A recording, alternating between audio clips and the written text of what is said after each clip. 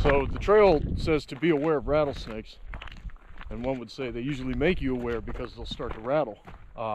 Much known fact, touted these days by amateur herpetologists, not people with herpes or study of herpes, but study of reptilian and amphibians.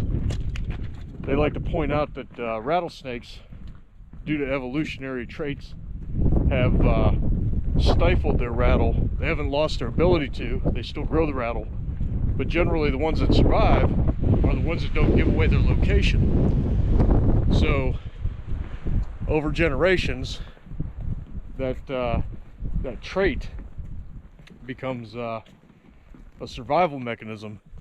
So nowadays rattlesnakes are less likely to rattle. At least that's what I hear tell. So the moisture that's retained is noted in the instruction block on the trailhead, or the information block, if you will. The soil is able to retain moisture that lends itself towards this lush vegetation in parts. There are trees that you would see, and we are actually really far north compared to a lot of places I've been. But you'll see like Canadian vegetations even that have blown in. Guadalupe Peak, we saw that. But you have juniper, which was also at Guadalupe Peak, and some pine trees, some coniferous trees that are very drought resistant and are able to flourish here in the Badlands. But yeah, the ecosystem here, when you hear the Badlands, or you think of like places like Death Valley, you think, man, that must be like really devoid of animals and any kind of plant life. Well, you know, there's patches and they foster these ecosystems. You have a lot of burrowing rodents around here, not necessarily in this particular area, but you'll have prairie dogs as you go out. Guess where they are? More towards the prairie. But you'll have birds of prey, hawks and things of that nature. But also the rattlesnakes, the aforementioned rattlesnakes. But definitely, there's a songbird of some sort. But definitely a very diverse and fragile ecosystem. I have to make a note here to include the Badlands Oasis block of information.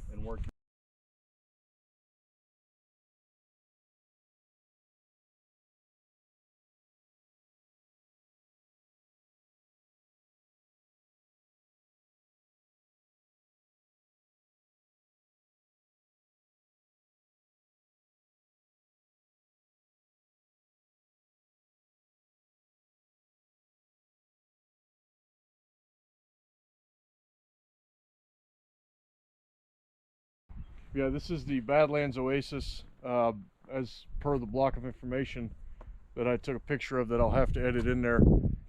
People have been congregating here since prehistoric times, 11,000 years ago. So again, this is the Badlands Oasis, making this the Wonder Wall.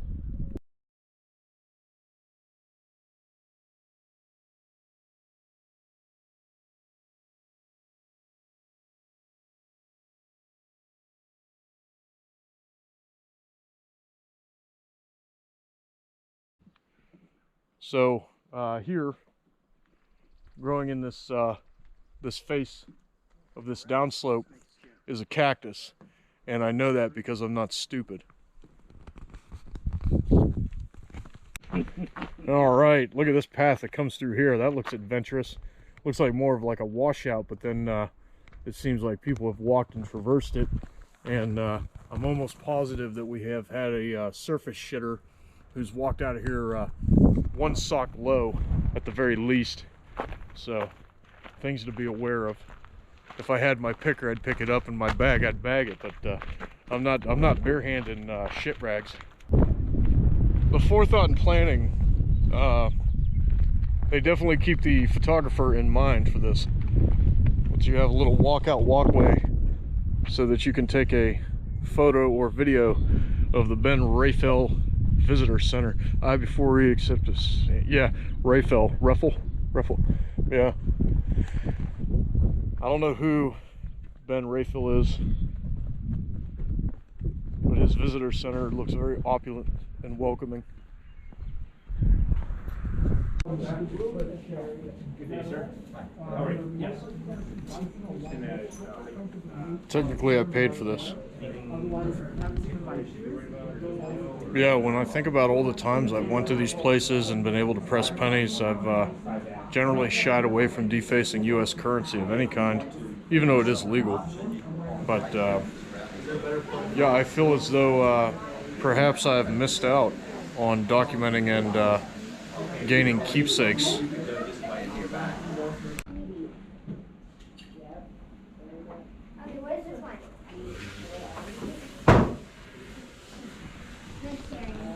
A Titanothere skull is quite impressive, the fossilization one. I think that might be a cast of it. Could be the original, but this one, I'm not even sure what this is. This subhydrocondone.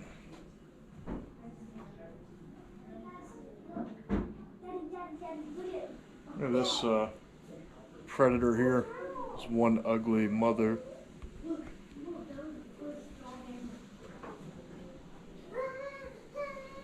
Large pig-like animal. Cloven hoof. Bony projection, but no tusk on this one. Potentially tusk. This is just a mock-up of what it may look like with flesh.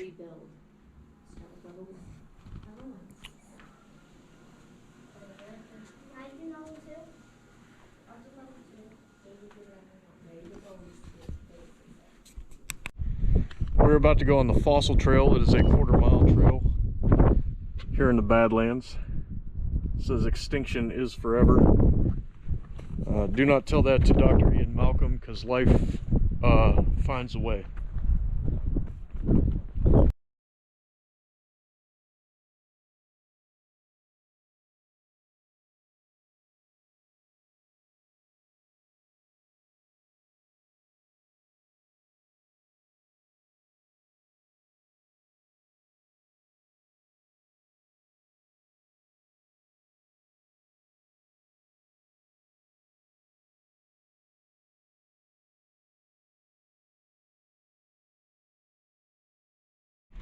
I like how the paleontologist that was in charge of putting up these information placards and displaying the castings of these fossils was a real humorist. It seems like they have a little quib or a little joke hidden in every single one. Actually, they're not really even that well hidden, so you know, humor being subjective. I'm laughing.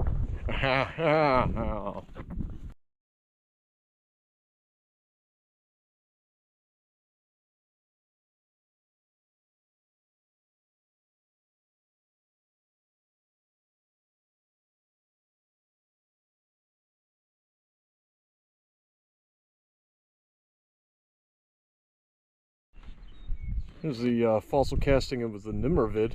These castings are in bronze, by the way. Spared no expense. But yeah, it resembled a large saber-toothed cat, now extinct. Quite the vicious creature here. When you have those kind of teeth, you can pierce right through the skull and paralyze your prey, or even take them by the back of the neck and sever the spinal cord, and they will still have brain function while they're eaten alive. Yes, it's a dog's life, commonly referred to as a dog, which, by the way, all dogs are basically one species, no matter what the breed is. But this Hesperocyon, or Procyon's raccoons. But yeah, it's a dog's life. It looks like a raccoon. Yeah, a little early on in its stage. It's got that sloped snout to forehead kind of thing going on. This tells you how to read the rocks. Grove formation. I like to read them in Braille. This equine species, obviously extinct, three-toed horse, known as the Mesohippus.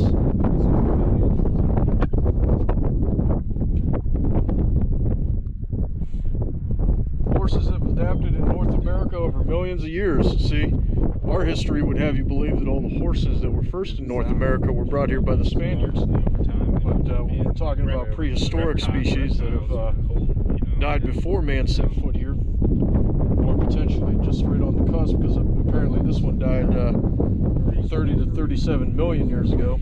That's where its fossil is found. So that predates man's existence on this continent, or at least man as we know it, depending on what Pangaean out of Africa theories you subscribe to.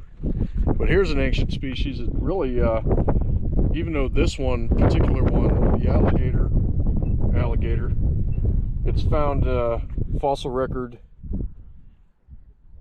here in the 34, 37 million years ago. This prehistoric alligator growing up to 14 feet long, or actually modern alligators, I didn't read that through, that grew up to 14 feet long. This particular species would grow up to 6.5. The alligator as it is relatively unchanged by evolution since that time. So that species would more or less be limited, not just by its genetics, but by its environment. Ah, the Titanothere. Yes, I saw a larger, documented that at the Ben Rayfield Visitor Center. Again, I don't know if that was an original skull or a casting, but that piece back there, that bronze casting, obviously a smaller remnant of what that complete skull that was in the museum has to show. Man, Under the sea. that's old. They are huge with their humor on this. They really are. Look at that Jeep.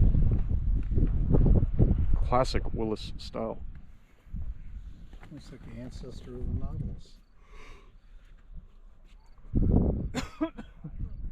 Glacian Tick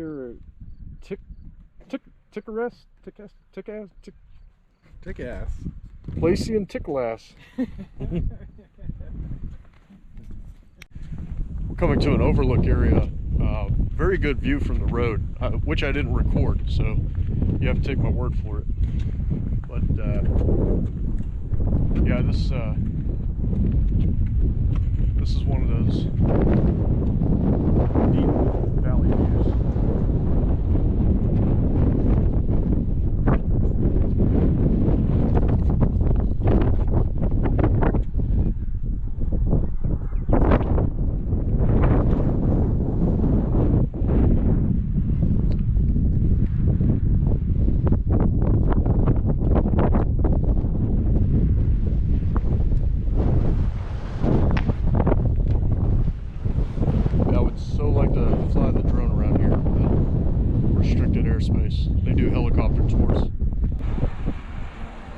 This is what is known as Yellow Mounds Overlook, very aptly named.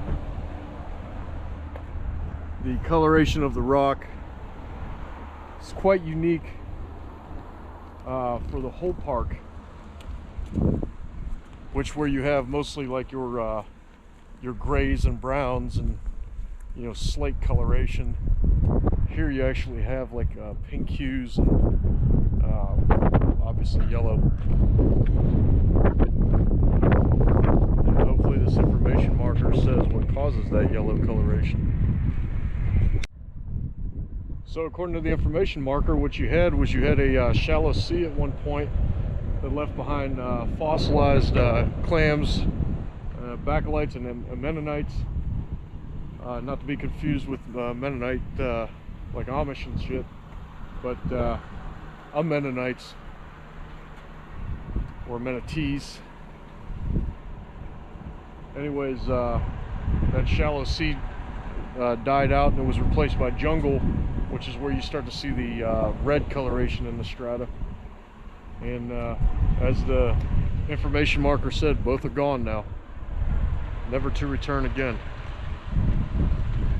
On this earth, desertification or land turning into barren desert happens at a rate of 50 to 70,000 square kilometers annually, and I think that's happening at more of an accelerated rate since that statistic was known.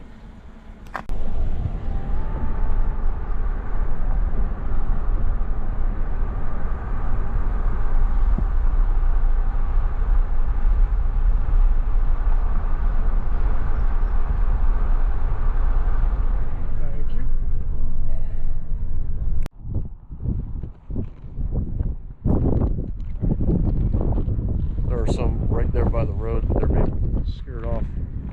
Except for the one that just sunk her down. They got to get real close. We have a small herd here. Looks like a mama and a papa and a baby.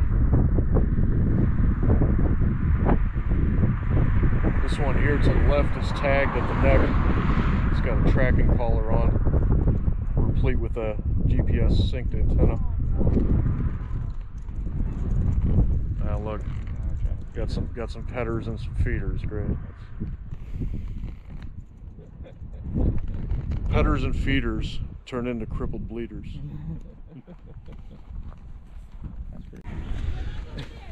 We're going through South Dakota on our way to Montana, so we decided to take a 1-hour segue on the route and visit one of our nation's greatest monuments. I'm going to go through these pillars, and hopefully from this perspective it will slowly reveal some of our nation's greatest presidents, at least until funding ran out. From left to right: George Washington, Thomas Jefferson, Theodore Roosevelt, and Abraham Lincoln.